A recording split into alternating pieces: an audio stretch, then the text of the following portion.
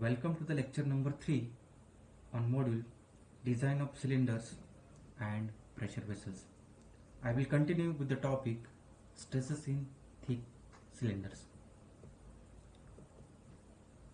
So we know the equation for constants C1 and C2. Substituting the constants in equations 6 and 7, we'll get the equation sigma r, it is equal to minus pi into di square upon in bracket do square minus di square bracket complete into square bracket do square upon 4r square minus 1 square bracket complete. This is our equation number 8. So from this equation we get the value for sigma r. Next, sigma t, it is equal to plus pi into di square upon in bracket do square minus di square bracket complete in the square bracket do square upon 4r square plus 1 square bracket complete. This is our equation number 9. The negative sign is introduced in the expression for sigma r since it denotes compressive stress. So this sigma r, it is compressive, and sigma t, it is a tensile. At the inner surface of the cylinder, r, it is equal to di by 2. The stresses from equations 8 and 9 are given by sigma r, it is equal to minus pi, equation number 10, and sigma t, it is equal to plus pi in bracket do square plus di square upon in bracket do square minus di square bracket complete, equation number 11. So when we put this value r, it is equal to di by 2 in equation number 8 and 9, we will get value of sigma r, that is equal to minus pi, and this is the value for sigma t. So we get the equation number 10 and equation number 11. Now we'll see at the outer surface of the cylinder, r, it is equal to do by 2. The stresses are given by sigma r, it is equal to 0, and this is our equation number 12, and sigma t, it is equal to plus pi into di square upon in bracket do square minus di square bracket complete. So when you put the value of r, it is equal to di by 2 and r, it is equal to do by 2, we get these two equations. Sigma r, it is equal to minus pi at inner surface, sigma r, it is equal to 0 at the outer surface. This is the value of sigma t at the inner surface, and this is the value of sigma t at the outer surface.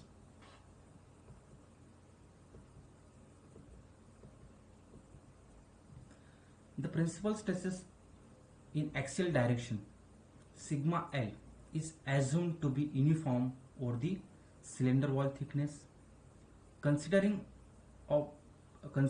equilibrium of forces in the axial direction, so we get the equation pi by 4 into di square bracket complete into pi, that is equal to pi by 4 in bracket do square minus di square bracket complete into sigma L. Therefore sigma L, it is equal to pi into di square upon in bracket do square minus di square bracket complete. So this is the equation for sigma L, equation number 14. Now there are a number of equations for the design of thick cylinders. The choice of equations depends upon two parameters. We'll see the first, cylinder material, whether brittle or ductile, condition of cylinder ends, open or closed ends. Now we'll see these different equations. Lami's equation as the thick cylinders are subjected to three principal stresses, different theories of failures are used in the design of the thick cylinders subjected to internal pressure. These theories of failures are design based on maximum principal stress theory, design based on maximum principal strain theory, design based on maximum shear stress theory, design based on distortion energy theory. Now we'll see the design based on maximum principal stress theory.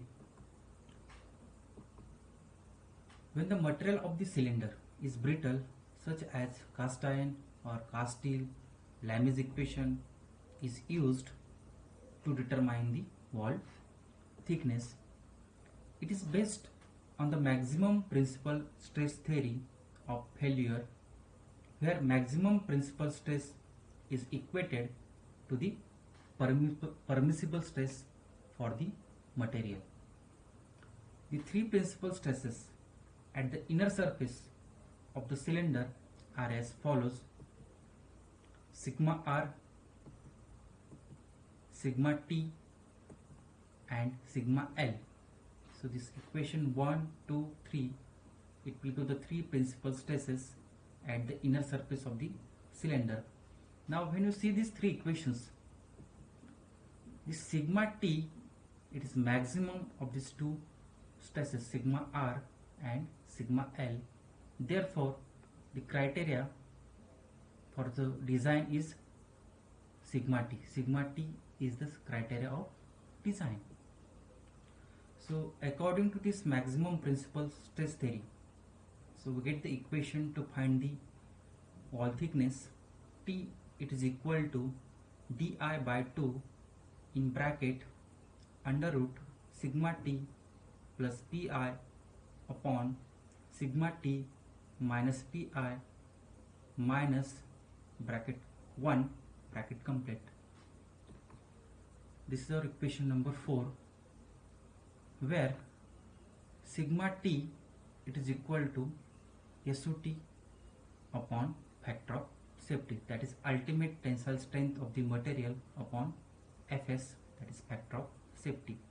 Now according to this maximum principal stress theory, this maximum stress sigma t, it is equated with the allowable tensile stress for the cylinder. Clavarino's and Bernoulli's equations. When the material of the cylinder is ductile, such as mild steel or alloy steel, maximum strain theory of failure is used as a criteria to indicate failure. Now we'll see there are two equations, Clavarino's equation and Bernoulli's equation. Now we'll see Clavarino's equation. Clavarino's equation is applicable to cylinders with closed ends and made up of ductile materials.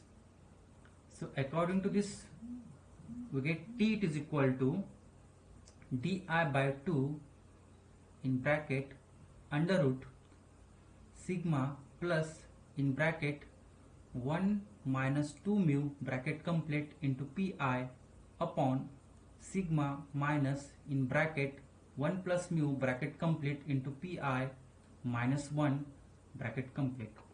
So this equation, it is called as a Clavarino's equation. So in this equation, where sigma, it is equal to SYT upon factor of safety, that is ultimate tensile strength of the material upon factor of safety. Now second equation, that is Bernoulli's equation. Bernoulli's equation is applicable to open cylinders made up of ductile material, and we get the equation T, it is equal to di by 2 in bracket sigma plus in bracket 1 minus mu bracket complete into pi upon sigma minus in bracket 1 plus mu bracket complete into pi minus 1. So this equation is called as Bernoulli's equation.